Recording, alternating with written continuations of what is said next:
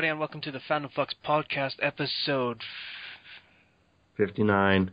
Thank you. 59. It's on my fucking notes. I named the files with the fucking episode number, and Wow. I suck. I can't believe I only just realized I do that. Alright, so, episode 59, yes. I am your completely inept host, KCW, and with me we have Slicer. Hello. Zero. Hi, everybody. How you doing? I'm here again. People keep responding. I love that. Cult of Zero might be a thing. Unfortunately. And Ken. Hi, I'm Kenshi618, and if you didn't know, we're recording this on November 4th, which is Election Day in the United States, and I hope for those of you who made it to the polls on that day, you forewent voting for your local representative and instead penciled in the real winning vote, a man you can truly trust and believe in, Kenshi618. That was pretty good. Yeah, you know, I said I was going to take over the world. Well, if I'm starting in America, it's got to be done one constituency at a time. I'd vote for Kenshi618. Kenshi for Alaskan Senator. I would vote for that.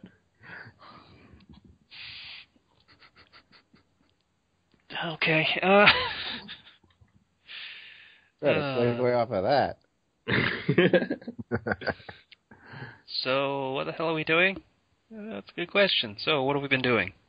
Slicer. Alright, pretty short week. We were cleaning one of the rooms, and we had a foosball table in there, so we took it apart. There's nothing living in there, unfortunately. I kind of expected a lot of spiders. Maybe some rats. I don't know. And you're disappointed by this? Yes.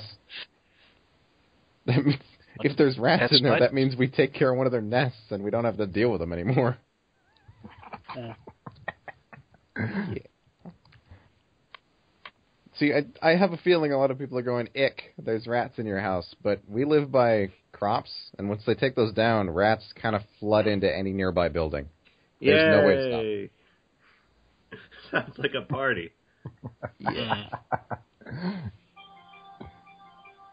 Yeah, anyway, so our backup... The recording probably picked that up. The what?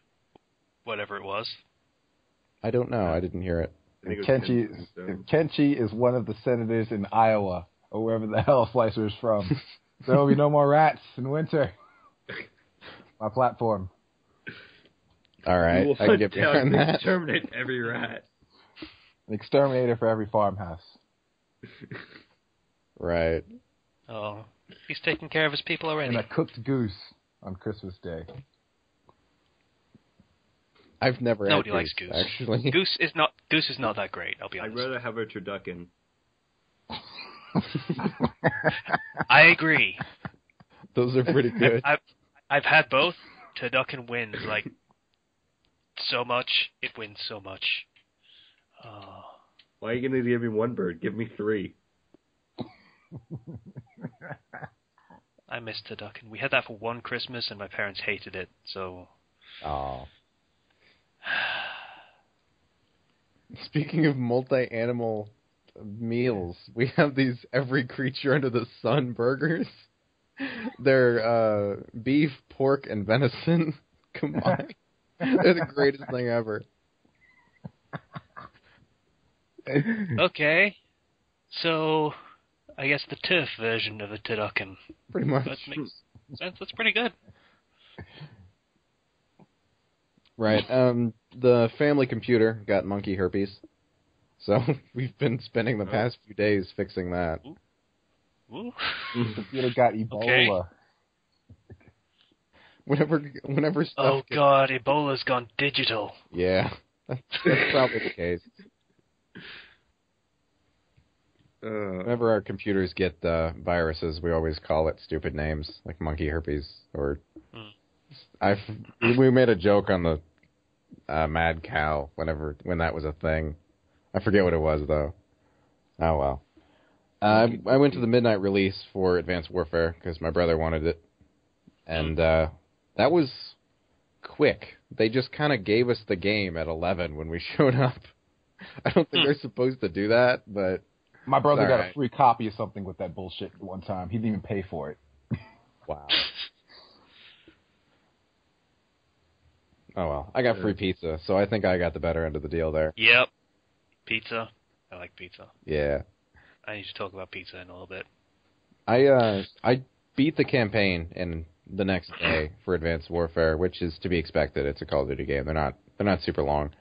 But it's a pretty good game, actually. Well written for once. And there's a controversy about something in it. It's one of your teammates dies, you go to their funeral, and you press a button, and your character puts a hand on the coffin to pay your respects. But I thought it was nice. It set the scene kind of thing. Yeah. Character defining. That's actually pretty good, and probably a powerful moment. It would be if you didn't know that character for 5-10 minutes. Oh, that was my only real complaint with it, is you really don't have any time to grow attached to the character. Yeah. But yeah, it's my only issue with the game so far is the offline horde mode, or whatever they want to call it. It does not give you experience for multiplayer, so there's really no point in doing it. Yeah. Oh well. Achievements, probably? Probably, yeah. That seems to be the only thing. And that is my week. It's been pretty uneventful. Yeah, it's pretty good. Alright, Zero. Alright, so Halloweeny was last week. Right, that was a thing. Why would you call it that? Great Halloweeny, where all the Halloweeners go around and ask for candy. So, yep. I was working on Halloweeny, and he's going to keep calling it that, isn't he? And so people at my work dressed up. It was really busy, so we had 3 cooks in the kitchen, myself included, and we were all not dressed up, but everybody out front was dressed up. We had one guy dressed up as an inmate with an orange suit and a handcuff on one wrist, and we had somebody else dressed up as a zombie. We had another guy dressed up as a police officer. It was kind of cool, but I was like a squad leader in there because I was the most experienced cook in the kitchen. So I was just like, you go do that, you go do that, you go do that, and I felt really cool. And then I realized that I'm just a KFC cook. KFC in his blood. So, yeah. So they had candy at my work too, which was fantastic. I got to eat candy after I was done working. That seems extremely unhealthy for them to have candy at KFC. It was for the workers. They had 2 humongous bowls full of candy. It's like a 1-2 punch of unhealthiness. Go on your break, grab some chicken, grab some candy, you're good. You can double up on that heart attack. It was pretty fun. They sold leftover candy the next day when I worked, so that was fun. Zero? Yeah? I could make you really depressed right now. Okay. Really depressed. Well, you know what? It's not going to work because my mom went to Apple Hill last week for a field trip with her class because she's a first grade teacher, and she brought back apple cider, apple donuts, apple pie, and caramel apples from an apple farm. You know what? I'm going to take that as a challenge. So, Zero. Yeah? You know how you said you're just a KFC cook? Yeah. You're not just a KFC cook. You're the veteran KFC cook. The one that has been working there so long. For so long. You know what? I don't care. He knows how everything works. You know what? I don't care. Come April, I get a scholarship. Ooh. From KFC? Yeah, working there for over a year. You can get a scholarship in April for like $4,000. Oh, that's pretty cool, actually. It is. That's why I'm staying around. Because I'll pay for basically a year of my school. Bam. Be the best veteran KFC cook you can be. Jesus Christ. Yeah. And so I'm pretty much guaranteed to get it because nobody else really applies for it, and also there's my dad. So. Yeah, your dad is in corporate, so Yeah. Hold on. What you need to do is find a new recruit cook, and he can be your brat or kid or something like that. You can be the old man. Yeah, you need to get yourself an apprentice KFC cook. I trained most of the current cooks. You trained Team 7. The people I was directing were people that I had trained. He's the Kakashi. You need to wear a headband over one eye. He's the Kakashi. Or one of them. I think that might get in the way of his ability to cook. Is one of them hyperactive? Is one of them like painfully normal? And is one of them like all broody and vengeful? Well, Goddamn KFC killed my parents.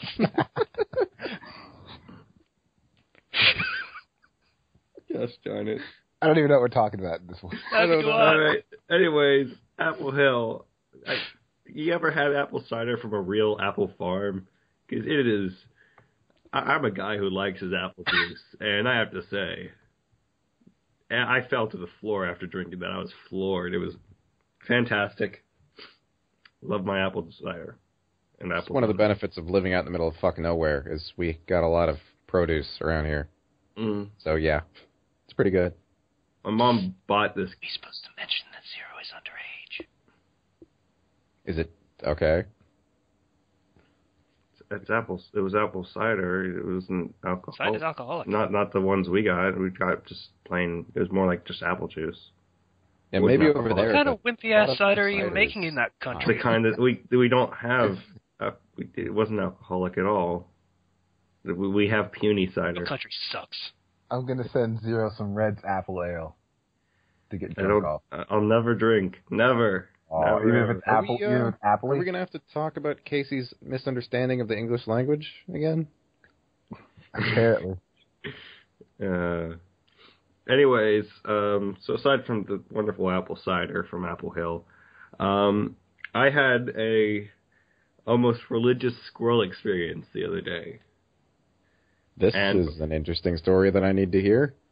It was okay. So when I'm walking around campus, I see a squirrel. Every now and then I might, chase after it and be like, "Oh, cute squirrel." But I was sitting at a table outside doing my homework, and this squirrel just comes up to me. It just goes onto the bench right next to me and just looks at me, and I look back at it, and there was like a weird sort of understanding that went on. That went onto the table. It was just chilling, and I was like, I have learned one of life's greatest lessons. Don't chase the squirrel. Let the squirrel come to you. Did you have one of those moments in the art gallery where it zooms in closer and closer on your eyes? Maybe. Ferris Bueller's Day Off. That's it. That's what it's from. Yeah, it's pretty awesome. Now, if I just want to have a squirrel approach me, I just have to not move for 30 minutes or so. Okay.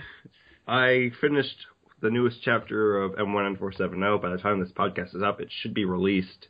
It's currently being betaed by my beta who lives in Indonesia. Yeah. 15-hour time difference. So if you guys ever wonder why it takes so long for me to release chapter after I have to get betaed, it's because time difference and my beta's usually busy. Yeah. Or, it's just the beta's usually busy thing because all you do is, send messages to people that they will get when they're awake, which is the same as how anyone else operates it. So, I'm the type of guy who, when I write a chapter, I want to release it immediately. So, yeah, I'm kind of getting a little bit antsy again. And I always get a little bit antsy after I write a chapter.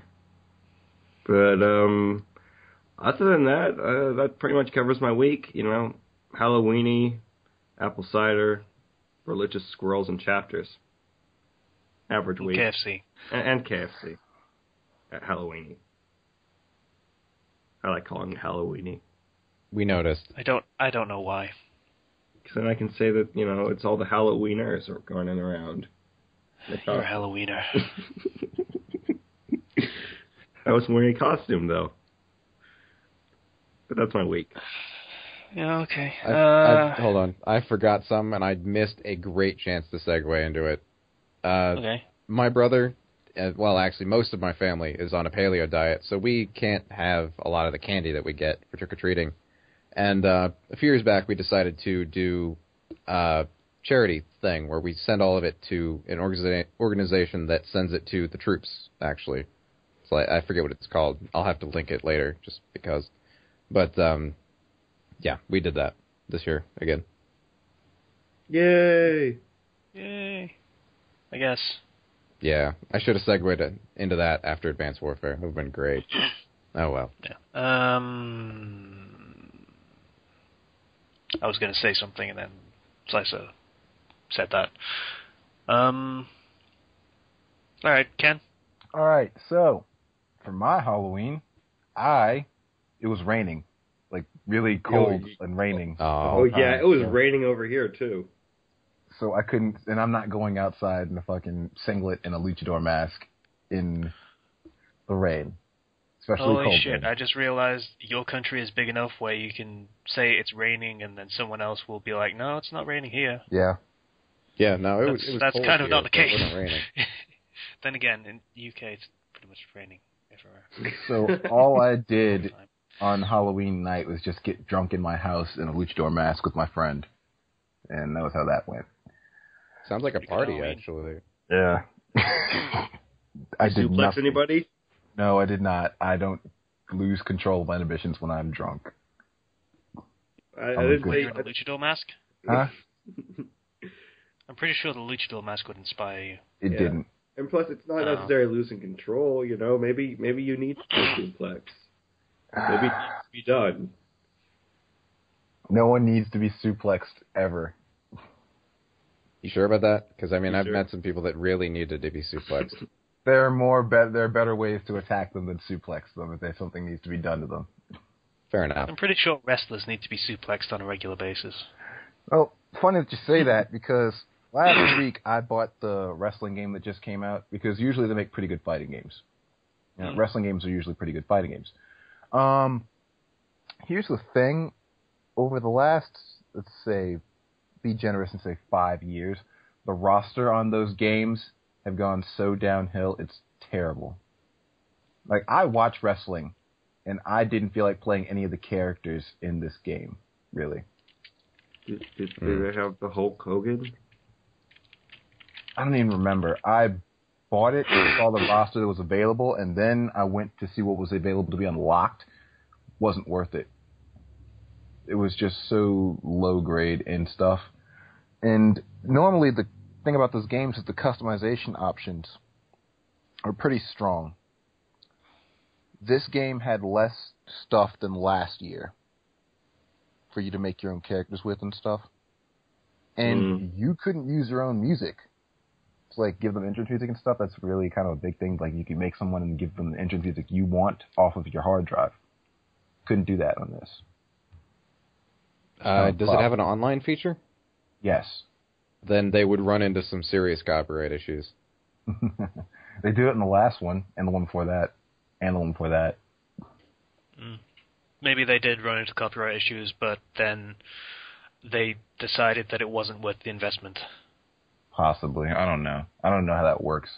I mean, other PlayStation games let you do stuff like that as well, like use your own music for things.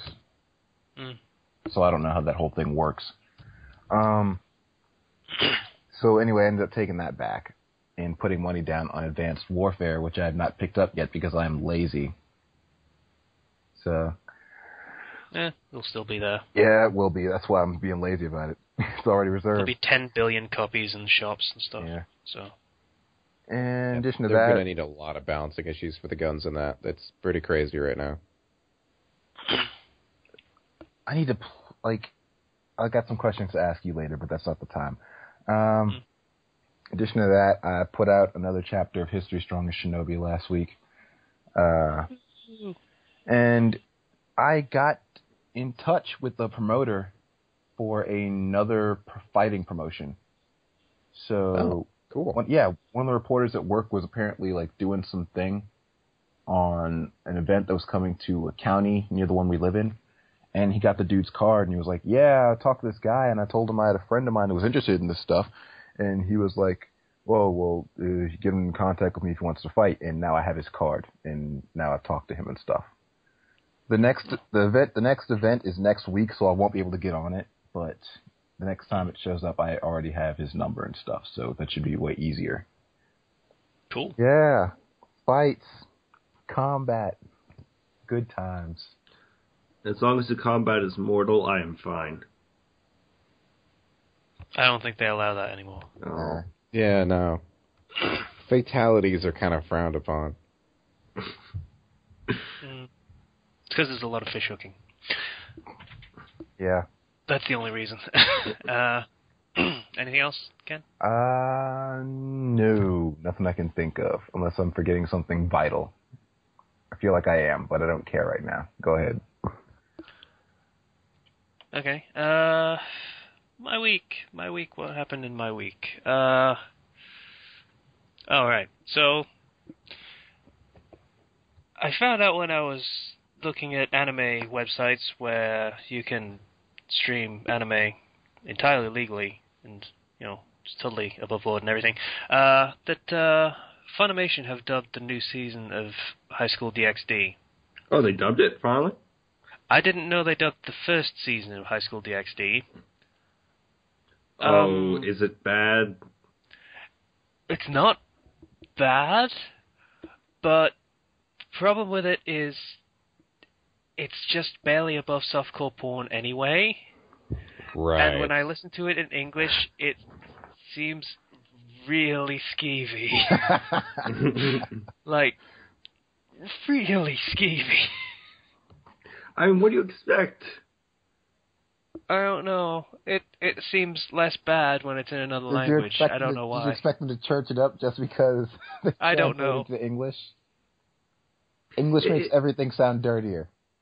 It is a good series. It's got its quirks, though. The main point is that, you know what? Screw it. This harem protagonist is super perverted.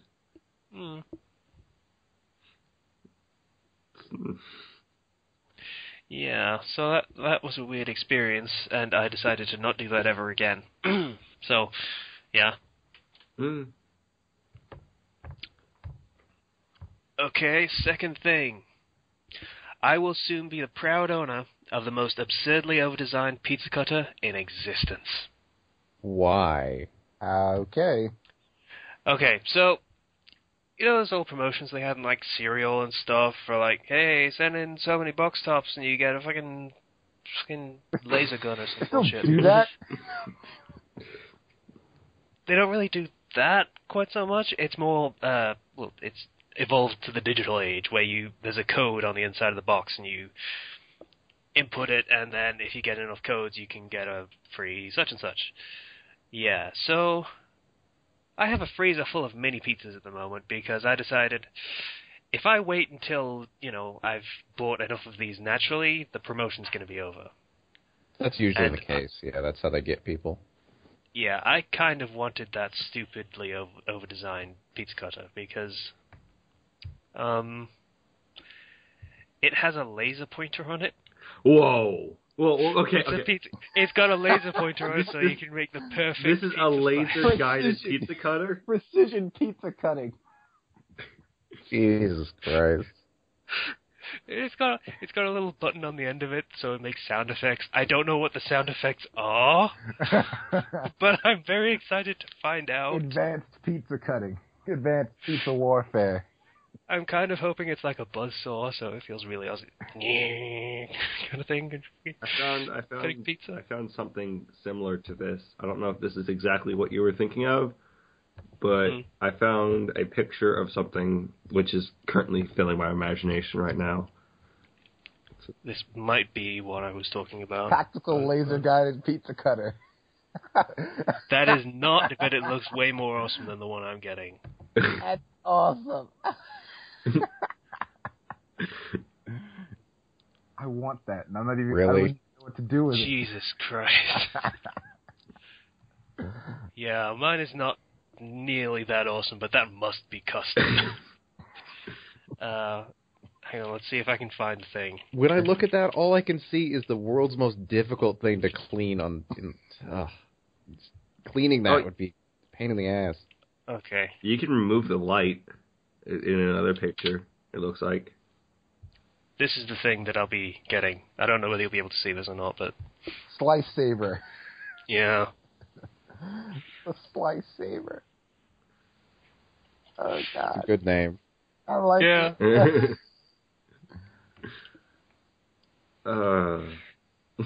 Yeah. So... Okay, this is... It comes with awesome sound effects. It's not just the slice saber; it's the super slice laser. Oh yeah, that's the one I got. It's out of this world. There's a shittier version that doesn't have the laser pointer or the sound effects. There's a It's super probably slice going to be a saber. lightsaber. It's going to be a lightsaber sound effect.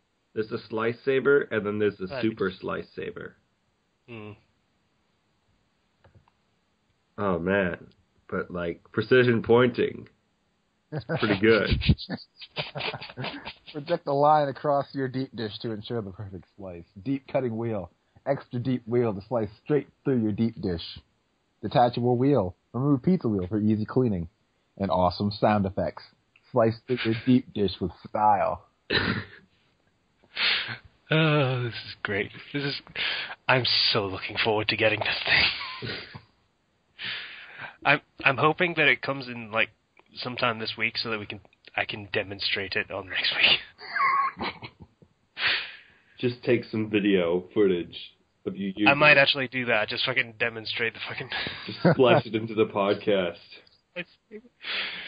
I might make it its own video just for shits and giggles.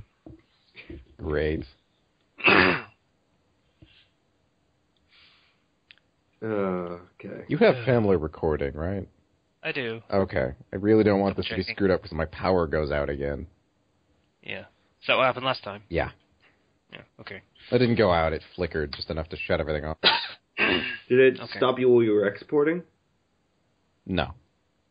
I didn't Like- record anything, so... No. I mean, for the Mega Reflux, like half an hour ago. We're getting All right. staging. The Internet Box podcast was back for a little while, which was nice. It basically the Rooster Teeth staff that aren't on the podcast very often. Oh, I see. So like Michael and Ray and actually Barbara's on it pretty often. Lindsay. It's pretty cool. It ended in like May, I think, and they decided, hey, we'll come back because we want to win the award for the Podcast Awards 3 years in a row. And to do that, we need 10 episodes from this year, so we're going to do 3 more so that we hit the limit. But I found a cool thing on their website, which has absolutely nothing to do with the podcast, but has anyone ever watched a gag dub before?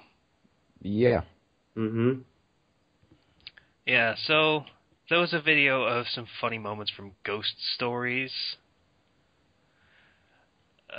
I'm not entirely sure what the show is about, but that's a pretty fucking funny video, and follow-ups, I imagine, because I only watched the first one. So I'm going to link that shit for people to watch because it's awesome. I should really try to watch that podcast again now that I actually know who these people are. It's pretty great. Yeah, I started listening to the whole archive again because I need things to do while I'm at the charity shop. So, actually, I should probably just start listening to our podcast so I can pick out highlights. That's a good point. Keep a notepad with you or something. Write them down. Yeah, You already have a few. I'm certain you do. I know the episodes for certain ones, but that's about it. I don't know the time codes, and I'd need those if I'm gonna I can cut them. Yeah, I can point out a few. I want the entire tangent we went on during the Pokemon episode we talked about when Zero just kept being obsessed with the Ghost Sword thing. Okay. Yeah. Condom Depot's obvious. Yeah. Mullet House is obvious. The skull. The Skull. Phantom Flux wants its skull back.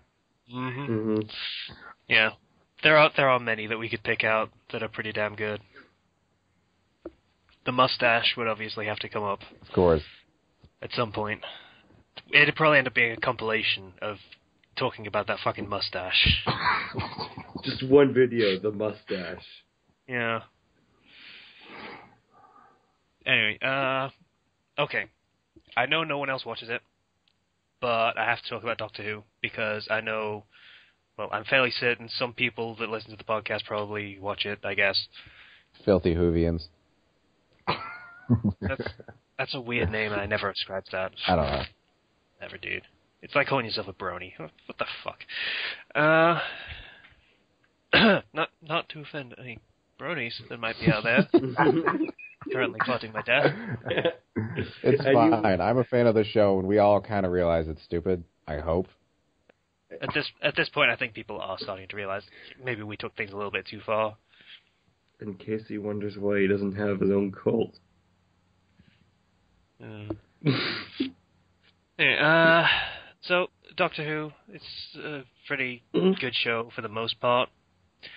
See, one of the writers has this weird problem. You know how when you write characters, you never want to kill them?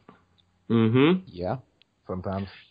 He basically has this problem. You see, the first episode that he wrote, he is now the head writer and stuff, and showrunner, but the first episode that he wrote before then was pretty significant because he did this one thing where in a Doctor Who story, everybody lived. There was a big speech at the end of it, and it was all like, everybody lives, Rose, just this once, everybody lives. And that was significant because, Doctor Who, there is a surprising amount of death and unpleasant endings for a lot of characters. Well, it deals with time travel, so yeah, that's inevitable. Yeah, so it was significant then, because fucking pretty much never happened before. And it was significant for the characters, it was significant for the show, it was cool, it was a great moment. Problem is, we didn't realize then that it's a problem he has. He cannot kill characters. Now, there was an episode recently. It was basically what they're doing for this season is riffing on fucking old stories. So like the Orient Express, Murder on the Orient Express, rather, Little Red Riding Hood, Robin Hood, all that stuff. So he did one for Little Red Riding Hood, and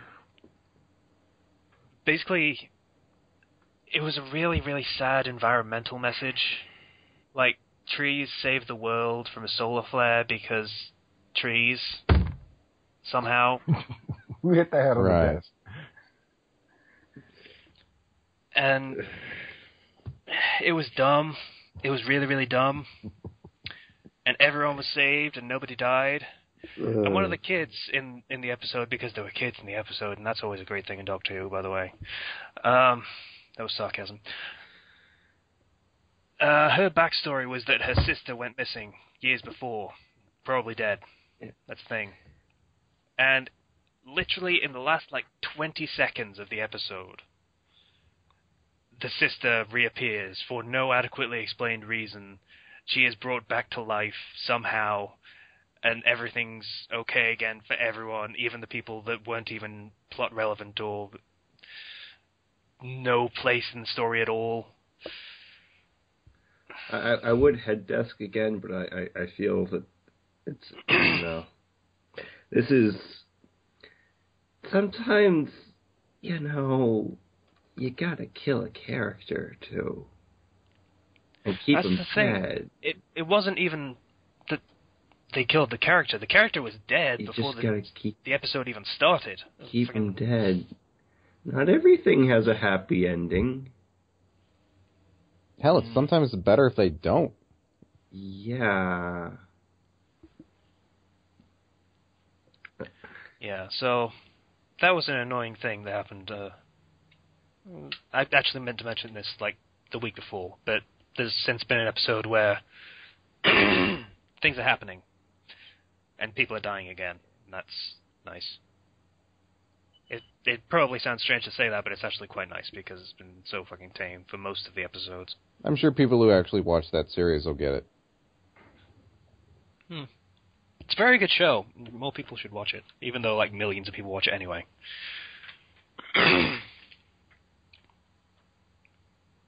Even though I know none of you assholes are going to watch it. No. Because I honestly don't don't know watching why. One Piece. It's way too long at this point.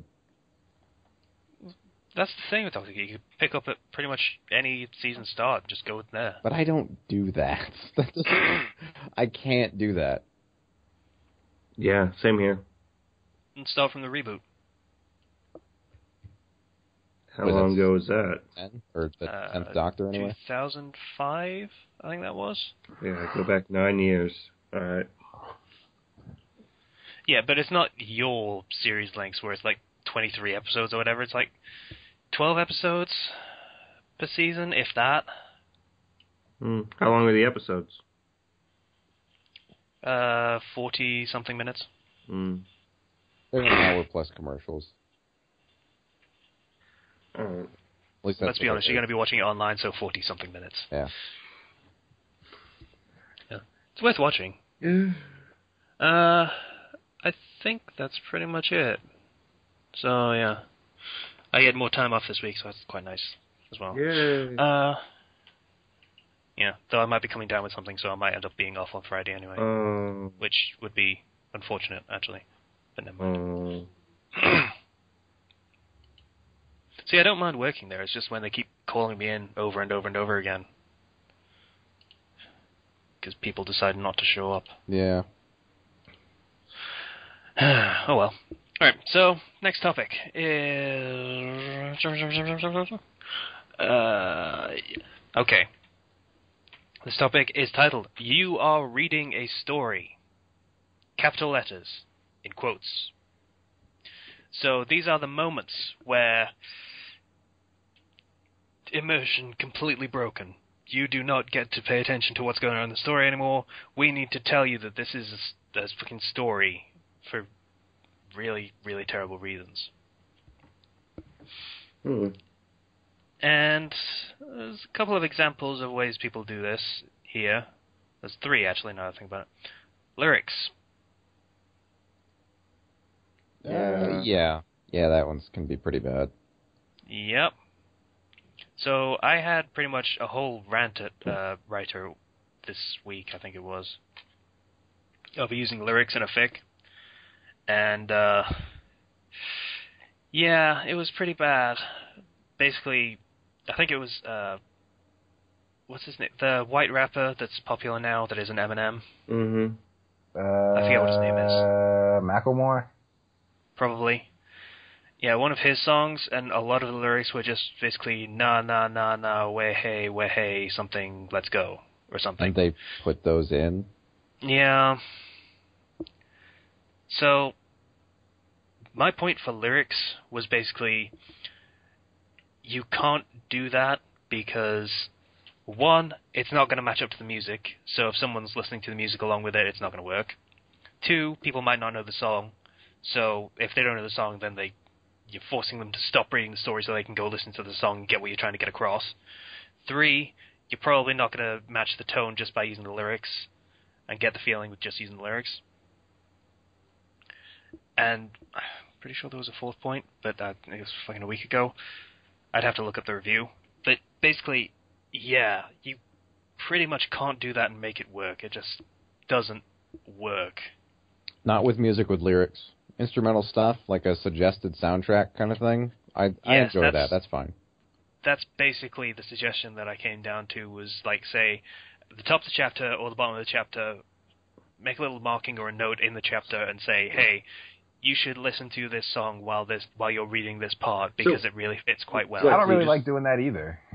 I don't like doing it either, but it's optional. Yeah. That's the thing, because you're forcing people to read the lyrics. What, did he just throw in the lyrics for no reason? Like, was a character singing it, or...? I think he was trying to invoke the style of a music video, like characters were running and doing cool shit and whatever. And yeah, I did that once, but it was Kurama singing it because people were about to die, and it was him singing a song that people were about to die. Yeah, I only ever use lyrics when somebody is singing it, and it's important that the lyrics get out and across. Yeah, I think everyone's probably tried to do this and do it in a good way once in their writing career, air quotes. And I don't think it's ever worked then either. I mean, I've tried to do it before, and that was basically the protagonist has a radio alarm clock. The protagonist is listening to music while other bullshit's going on that he doesn't care about. The protagonist is having a conversation within his own head, and it's during a concert somehow, and one of his inner demons is the front man of the band. It was a persona fic. Stuff like that happens a lot. It does, yeah. Yeah, so none of those worked. Not a one of them actually read well.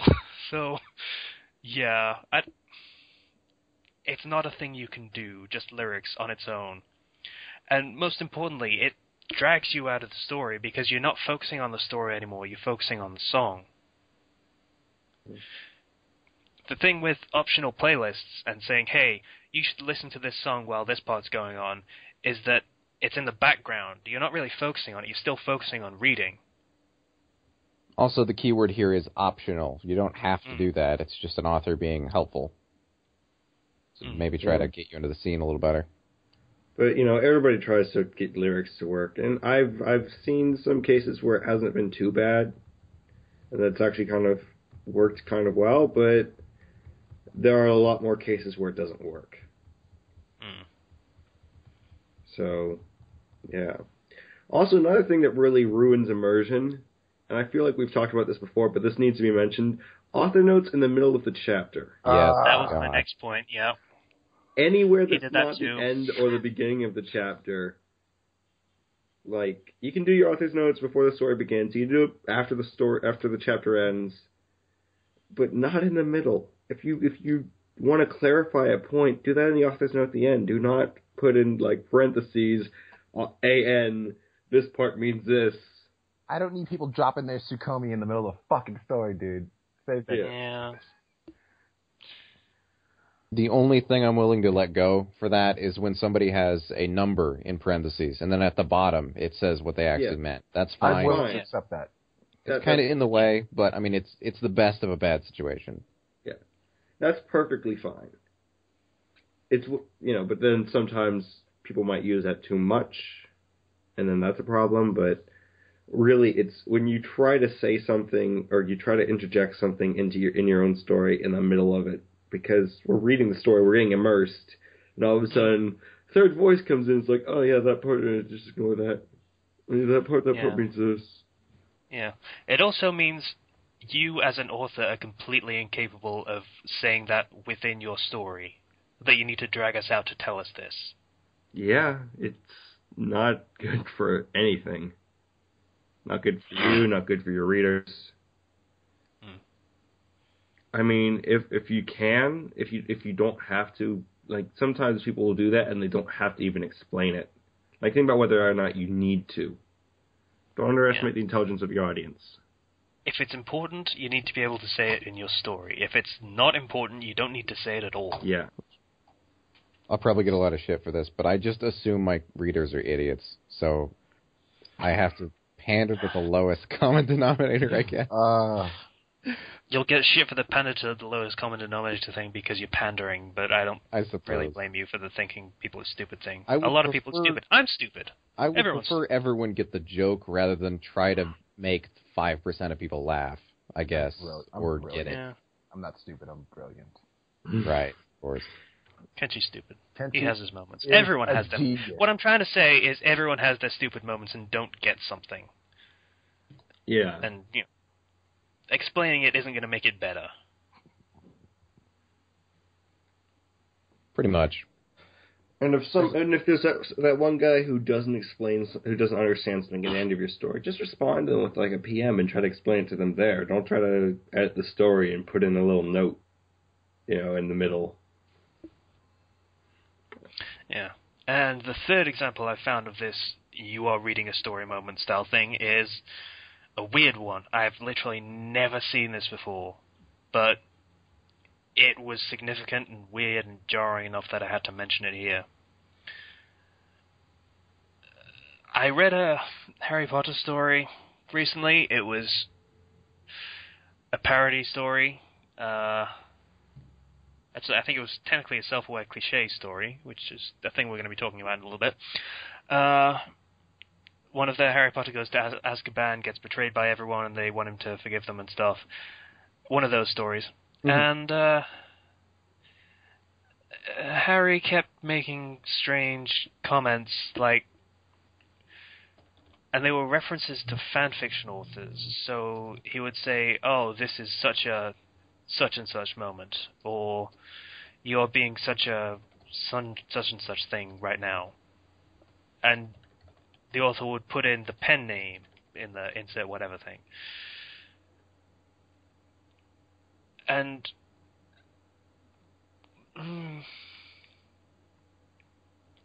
it's so strange, is the thing. Because I kind of get wanting to acknowledge the authors that you like and the things that they do that you like, and maybe the ideas that you might be borrowing, but having a character break the fourth wall with a 2-ton hammer like that is so strange. And I don't really understand where that came from and why the author thought that was a good breaking the idea. fourth wall is, just in general, is tricky. It's not a thing you do in anything but a comedy or parody story. Yeah. Comedy, very lightly. Parody, maybe you get a little bit heavier with it. But this went above and beyond. It was specifically mentioning authors? Yeah. In the middle of the story? Yep. And the character was doing it. Why? And then the other characters would acknowledge they had no idea what he was talking about. Well, that's good, at least. I feel like there's a little bit of guess. self-insert in there. It's Yeah. better than them getting the reference, because then it's just, the story falls apart. How do they not have existential crises? Crises, whatever. Yes. Thank you, Zero. That's I didn't have to correct someone on their English this time. That was good. It's a very scary movie style of humor, I guess, that's not going to last very long. In fact, I would argue that its value and relevance drops pretty much instantly. Yeah, Don't read the it first right time when it it's was released. weird. The second time, okay, they're doing this again. The third time, okay, please stop doing this. Fourth time, you're making me not want to read your story. Yeah. You are actively turning me away. I'm trying to get in the door, but you're just shoving me away. Like, maybe you can get away with making a slight reference to another fan fiction. But straight up saying, oh, it's just like this story, and here's the author, that's no bueno. It was very strange, but apparently the author's still writing, but I haven't read anything that they've done since. This was like 2005 this story was written, so... But yeah, so that was a weird thing that I wanted to discuss. And basically use that entire topic as a springboard for it. Right. I have another example of this. Okay. In Wanderer's Diary, for those unfamiliar, the puppeteer character is actually an official Bethesda character. They made a comic. It was just a guy in a vault with 999 puppets. Yeah. And he appears in Wanderer's Diary, and at first he is super powered. It's ridiculous how powerful he is, and it doesn't make any sense because he's just a guy with a puppet. That was jarring enough to really knock me out of the story. I actually almost stopped reading the first time I read through that at that point, but it eventually makes sense. It's just not handled well at first. So like inexplicable power gains or something is what you'd call that. I guess. Yeah. Yeah. Don't think it fits the topic, but yeah, that's a very strange emotion-breaking thing that happened. It's that series is Kaguya, I suppose. Yeah. I would agree with that. I would absolutely agree with that. Jesus Christ, fucking Kaguya.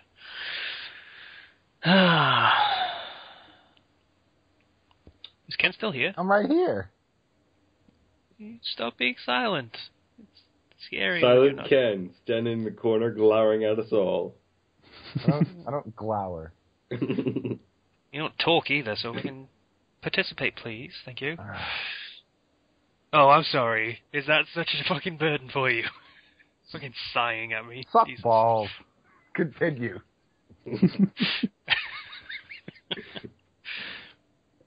So, moving swiftly along to the next topic, which would be self-aware cliche stories. You know, like the one I mentioned before. You remember that? Yeah. Thing?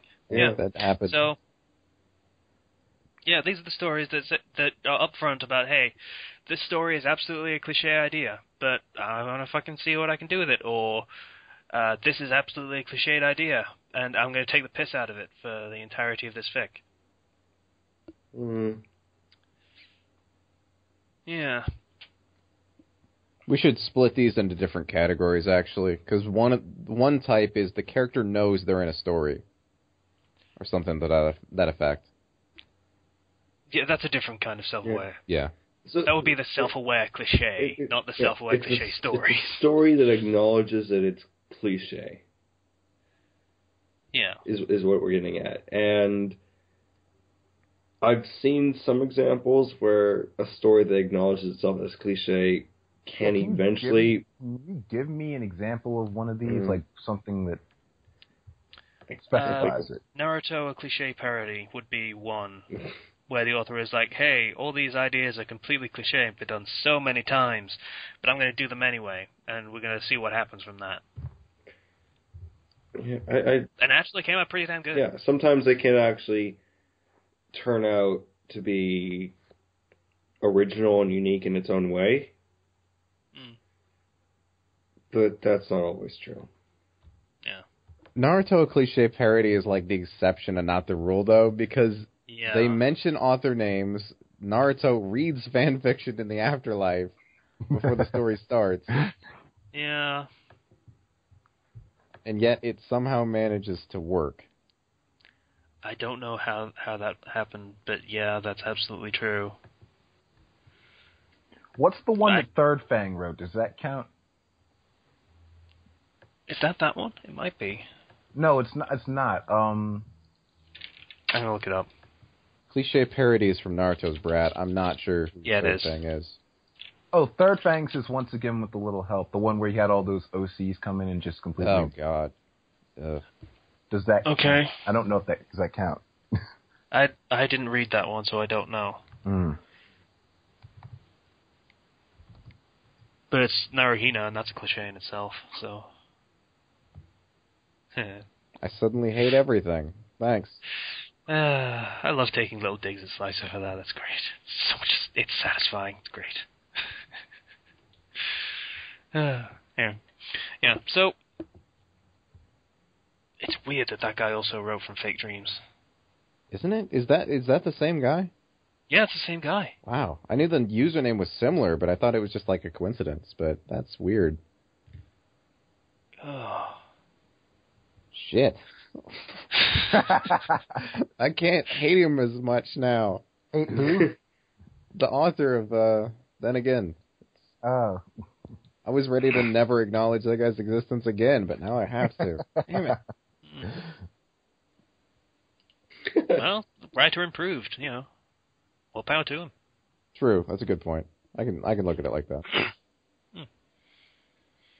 Yeah, so these are a weird story archetype where the author knows that they're doing completely unoriginal ideas and still goes ahead with it and does whatever they feel like doing with it, whether that be an original spin on those cliche ideas, which happens sometimes. It happened with the other one, cliche parody. It doesn't happen in most of them. Yeah, no, unfortunately.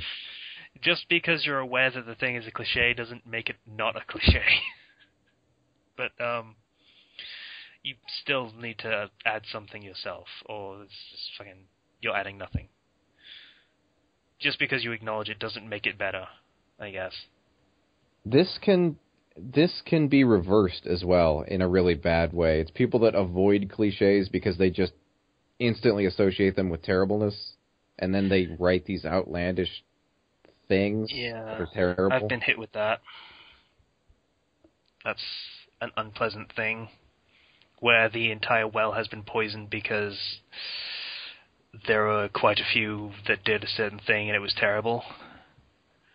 People start assuming that no one can do this thing well. In fairness, we did just talk about that when we did the fucking lyrics thing, and said so many people do it terribly that we don't think it can actually be done well. And Zero basically contradicted us and said, it's been okay a couple times, maybe. But, That's a good point, yeah.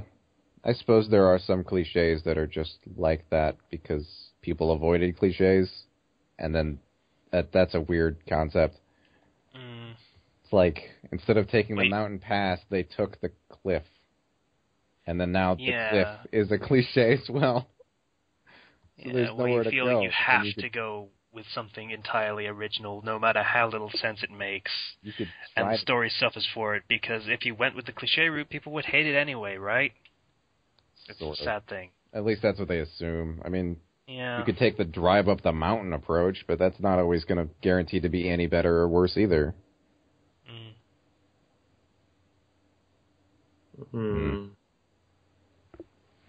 Yeah. Yeah, I mean, like I've mentioned before, I cannot even estimate the number of stories I've dropped because they do the Naruto fucking, oh, why does everyone hate me so much? Why are they trying to beat me and stuff?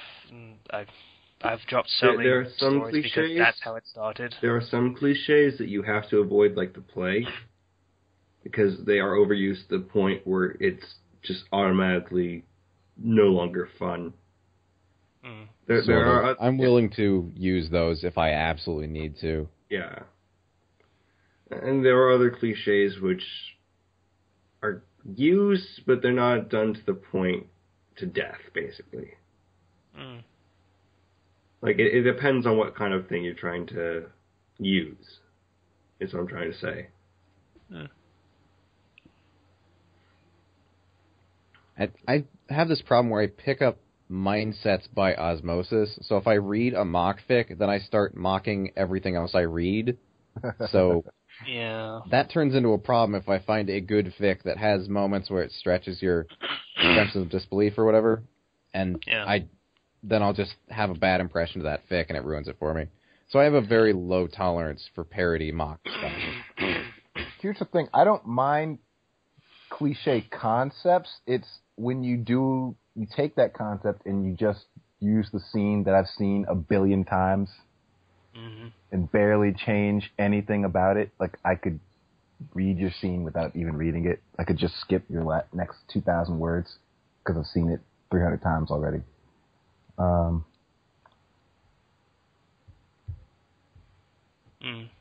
There's a lot of those, yeah.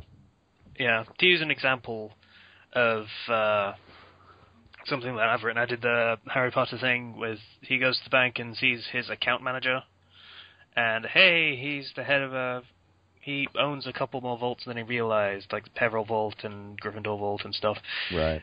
And that's a cliche. A lot of people do that. A lot of people do that. But I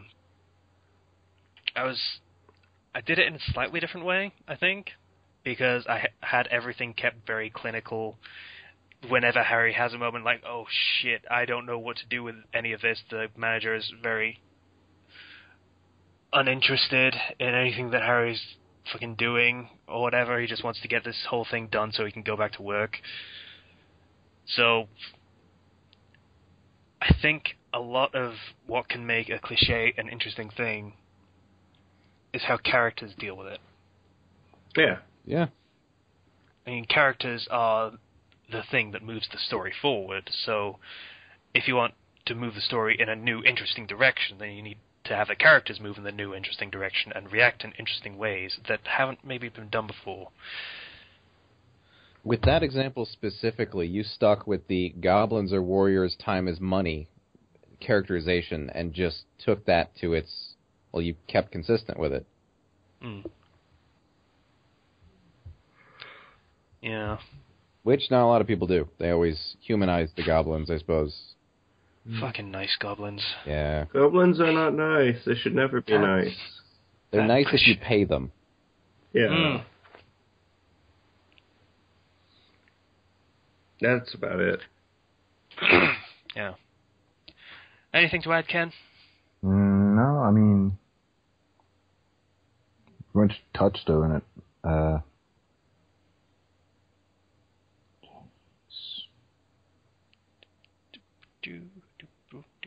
Did that drop out? What? Did that drop out? No. Oh. I swear it did. I couldn't hear anything from you guys. It just got because really we were waiting for you to say something. Yeah. I said I didn't have anything to add. Oh, alrighty then. That's why I figured it dropped out. I'll just go back to hugging my teddy bear.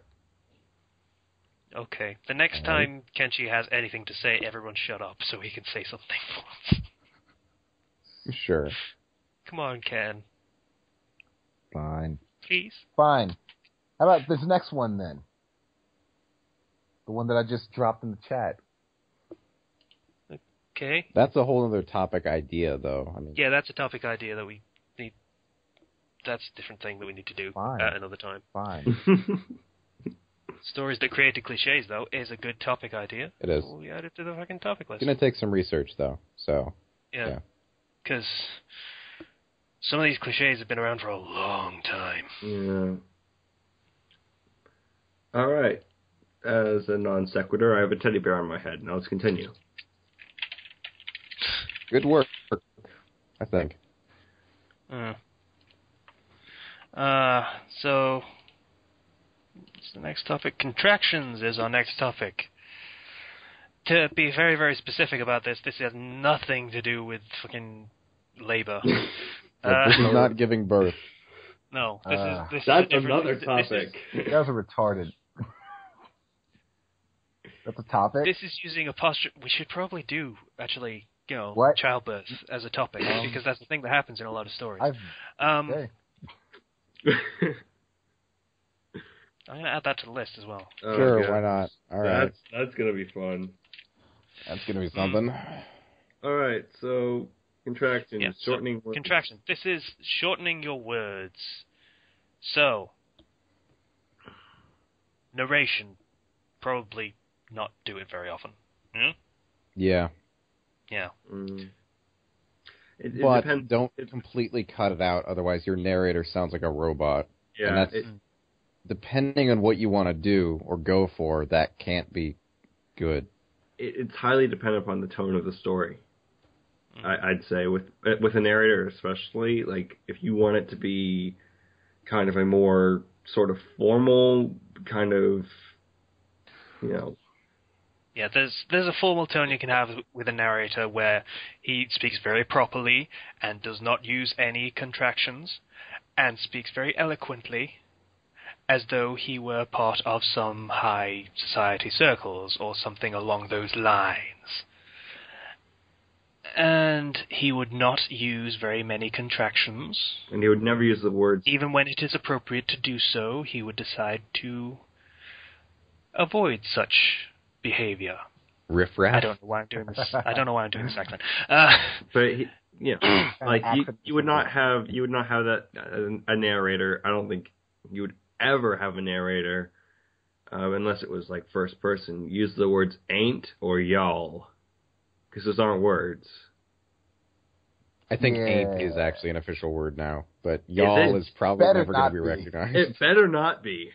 It wasn't when I lived in Arkansas, and it shouldn't If be I now. put ain't into Word or Open Office, it will call it incorrect. So it's not a Well, word. yeah, that doesn't update the dictionary of that one. But ain't. Testing it. Holy shit, ain't works in Open Office. I was about to test it. You beat me to it. Yeah, How about- It absolutely does. How about It's a very- y'all? it's a very. Oh, would you look at that? It's in the Merriam-Webster dictionary. Oh, ain't that a bitch? Really? Yep. The examples are, it's a free country, ain't it? These people ain't got a clue. Her husband left. She ain't never been the same. Wow, that's Southern.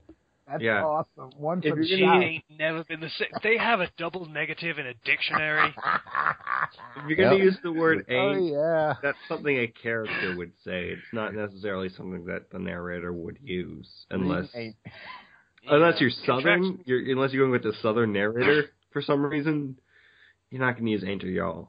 Man, reading Official or ain't not, never it done nothing for doesn't nobody. sound great. So yeah. Yeah. For a narrator, you can have an informal sounding narrator that it makes it sound like it's a conversation or Yeah. he's just a guy telling you a story. You can, Something. but you have to stick with that and be consistent with it. Mm. You can't just have a narrator talking formally like, ain't that a kick in the head, and all of a sudden you're like, what? That was the narrator just said, ain't, okay. See, when they start adding Unless it contractions- starts with, like a fellow once said. Hold on. Let Kenji go. when people add contractions like ain't and stuff, I see them as the narrator talking to you while they're telling the story, which doesn't Yeah. really work. You have to keep a consistent narrator more than anything, and that's something that I don't think a lot of people manage to successfully pull off because you have to keep in your mind, like when I write more so from the perspective of characters and kind of do a weird sort of almost first person narration depending on which character I'm focused around, so the tone of the narrator is more suited to the tone of that character, and that's how I do things. I get as close to first person as you can get without being first person. That's just the writing style that fits for me. I try third person observer style, really. Mm-hmm. But when you try with an actual, like, legitimate, like, narrator voice narrating everything, you kind of want to keep it consistent, because when everything else is changing, you want to have at least that much consistent. Like I said, it depends on the tone of your story, it depends on what you want to accomplish, but just consistency is key. And as for using it in dialogue, contractions... Oh yeah, have at it. That is very important, because it sets the tone of how the person speaks, and it very much informs what the character behaves like. Yeah, like... So... go ahead. For example, one of my stories, Elizabeth doesn't use a lot of contractions much. She like almost never uses them. The reason is because she's a very formal character. She's more like she gives up formal, more inhuman. So she doesn't really get why they would be a significant thing. Like as she interacts with the character, she starts to use contractions more because she starts to pick it up from them. But when you first meet her, she doesn't use it at all. Yeah. In contrast to, say, like Shinjiro or Labris, one of the more informal characters who use contractions like there's no tomorrow. Yeah, I believe she would actually be one of those characters that would use ain't. Yeah, and I think I have had her use ain't before. Well, she has an accent that dips clearly into accent territory. So she's Jersey, isn't she? Yeah, kind of like, more like Boston or Detroit or something. One of those places. Detroit and Jersey are nothing alike dialogue. Slicer. I don't know these things. I don't care.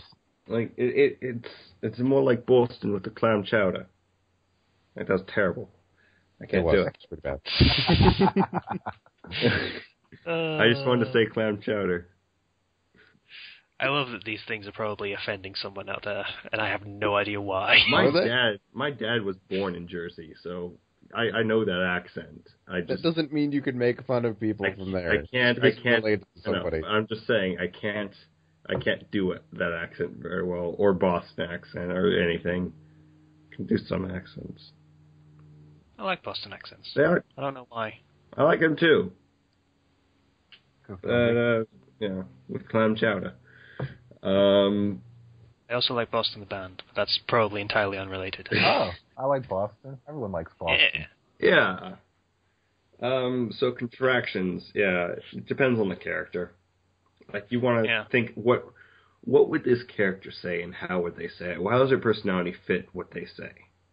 Which normally shouldn't be too hard to figure out because you have source material. Yeah.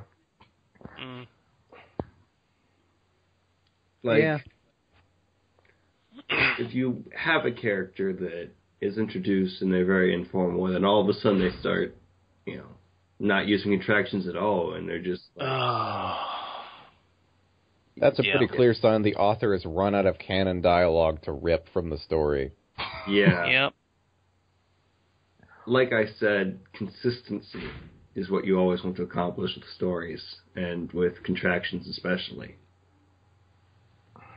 Like, if you're going to be making up lines for this character and you have no canon dialogue to run off the style of their dialogue, is what I'm trying to say, more than anything. Do you know how hard it is to write Hagrid? It's pretty hard, yeah. I actually know that accent and friggin'... Even with a guide, I still had a lot of trouble with it. Yeah. Oh, Christ. Someone asked me for tips on how to write Hagrid, and I was like, Well, apparently they thought you were doing a good job, whatever you were doing. Yeah. I know how to do it. It's just like explaining what letters to drop and where to drop apostrophes and where to chop off the end of words and it's something you learn without realizing you've learned it. Yeah. Yeah, I can't really describe our accent either. Or Iowa, I imagine. Midwest more, but yeah. I once researched how to do an American accent, and it made no sense to me. It's because there's like dozens of American accents. That's like saying, how do you do an English accent? It means nothing. Yeah. Alright. So yeah, that was contractions, I guess.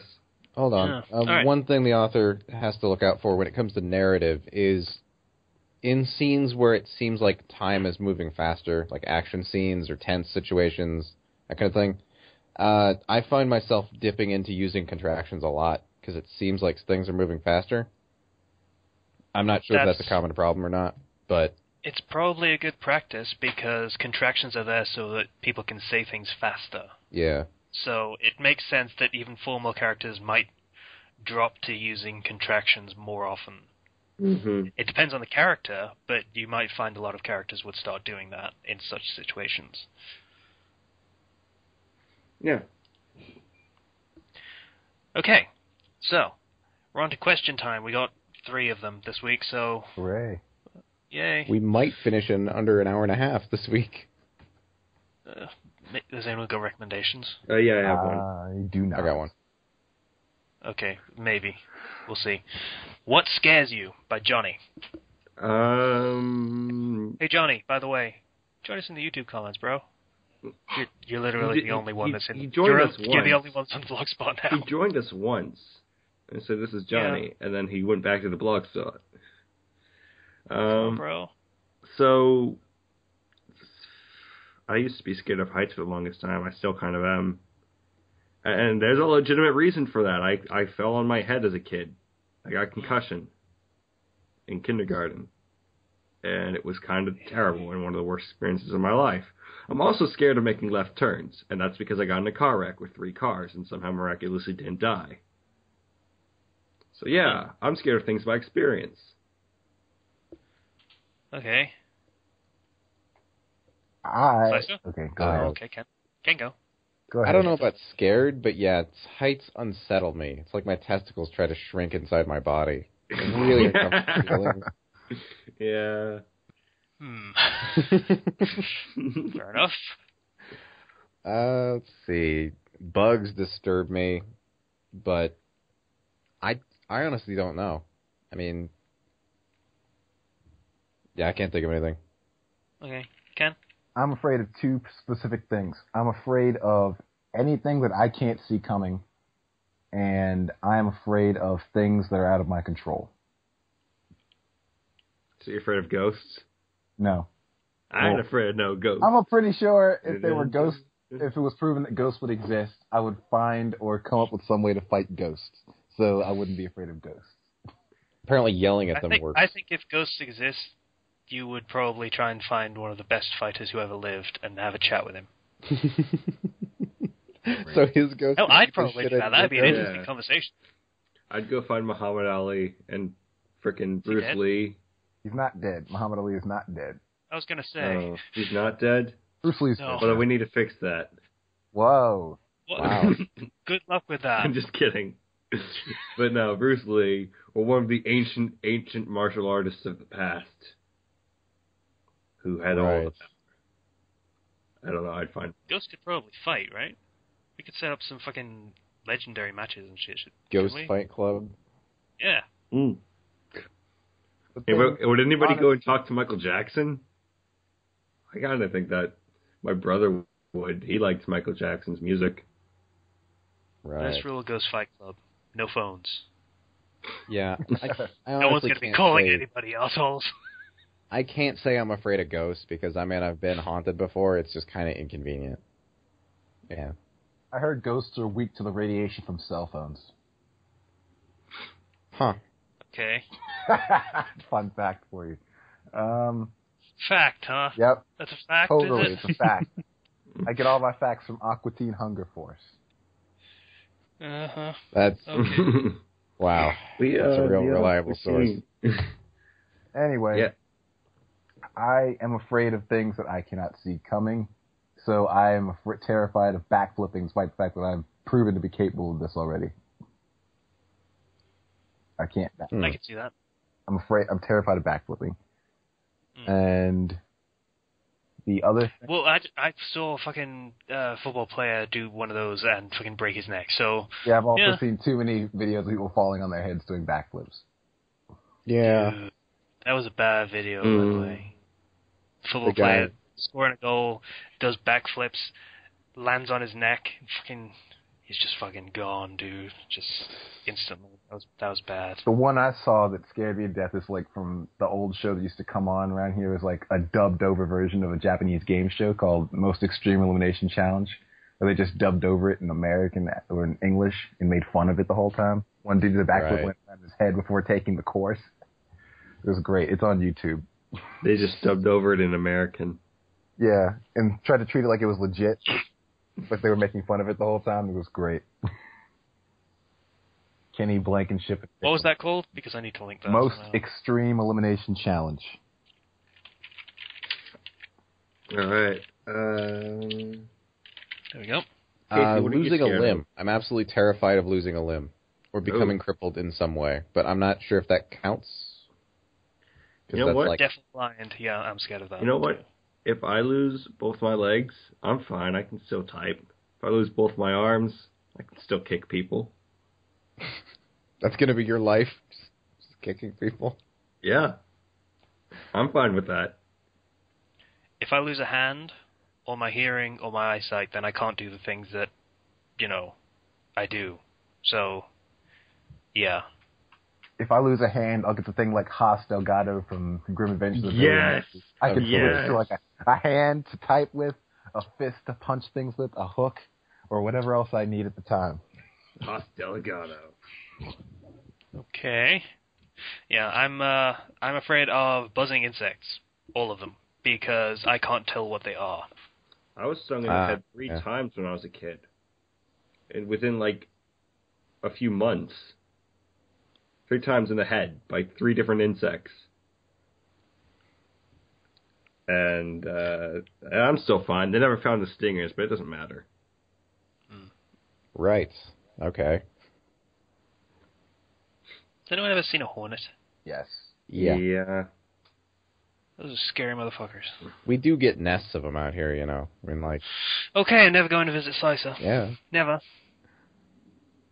Oh, by the way, all the bees in my house are probably dead because it's getting cold now. Yeah. Oh, cool. That's what you do. You wait till it gets cold Cool. so all of them are dead, and then you just destroy the nest so they have nowhere to go back to. Yeah. Okay, so that's what scares us. Thank you for asking that, Johnny. I'm glad you asked that on the Halloween episode and not at any other time, because then it would be really creepy. And join us in fucking YouTube. You've already told us Uh, once. It's fine. Yeah. Tips for writing comments on YouTube from Resden. Don't be an asshole. Step one. Use lots of racial slurs. At this point, be an Challenge. asshole if you want to. No one cares. Use lots of racial slurs and challenge other commenters to fights that they can never show up to. If you have something witty to say it. If not, you don't have to go all out. You can just say something as, I like the podcast, I like this about the podcast. Name something, don't just say, I like this. Because then we are like what? Yeah, be specific, because we're not going to remember what we talked about on the podcast when it comes out, because it's going to have been 3 days. Yeah, and we all have very, very, very limited attention spans. Yep. Also, drop the consonants at the end of words that come after vowels so your words sound more gangsta in the comments. All right. Yeah, that's a... Just Okay. follow Ketchy's advice and you'll never go wrong. I think my inner beta reader just screamed. Yeah. So, next question. Is probably better as a topic, I'm realizing. What's that? Training and fix. We have time. Yeah. That could be a topic, yeah. I mean, I'm okay with turning it into a topic. Yeah, we might just turn it into a topic and use it next week. Does that? Yeah, it's probably a better. I'll be honest, I'm getting a really bad headache at the moment, so if we could wrap this up, that would be fucking awesome. So, Tranny and Fix, Boy Be Fresh. We're going to be getting to that next week. Mm-hmm. Promise. Or at some point. It'll be a topic in the future. Cross my heart and hope to murder. Sure. I won't hope to die. Time, I think. Yep. All right. So, recommendations, motherfuckers. What do you got? I have for a recommendation, it's Follow the Wolves by Sailorin. I don't know how to say his name exactly. And the premise of this is that in A Kami Ga Kill, and yeah, it's another Kami Ga Kill fic, but Tatsumi was captured by Esdeath and was like being recruited into her group. In one part of the story, he escapes from them. This is what happens if he doesn't escape. And he gets basically recaptured, and he ends up getting another Tegu, or Imperial Arms, on top of the one that he already had. And it's really cool in that it tries to do the thing where it's like, we're going to try and bring the Jaegers and the Night Raid together, and there are complications. Like he's eventually changes to, I can change the Empire from the inside. I don't have to be an assassin to do it. You know, I can work with both these groups in a way, and it's causing some problems, but I'm really enjoying it. I like the characters. He writes everybody in character pretty well. So, like, I mentioned another story from Kami Ga Kill before, and it was more darker. It was a lot more heavily realistic. This one, on the other hand, Alternate Worlds was more realistic, more darker, just, everything. Follow the Wolves is more true to the canon, where it has some darkness, but there's a lot of humor in it, too. So, yeah. Okay. Slicer? Alright, Sword of the Living Dead. I kind of raided the Sword Art Online section and found a bunch of them that were decent, and this is one of the ones that stood out. I'll link it. There we go. I got it. It's...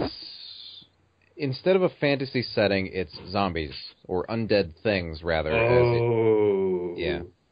And instead of floors for Aincrad, it's districts. So it's kind of a walled section city kind of deal. And every time they clear it, I don't know. It's a very undead setting, like cemeteries and stuff. And then once they clear it, it turns into forests and what have you, classical Aincrad stuff. And one of the difference being Shinon is in this from the beginning, which is nice and makes sense because it's a gun game, so she would naturally play it to get over her issues with that. Yeah. And the only problem being guns are loud, and they only have muskets and flintlock handguns to start with.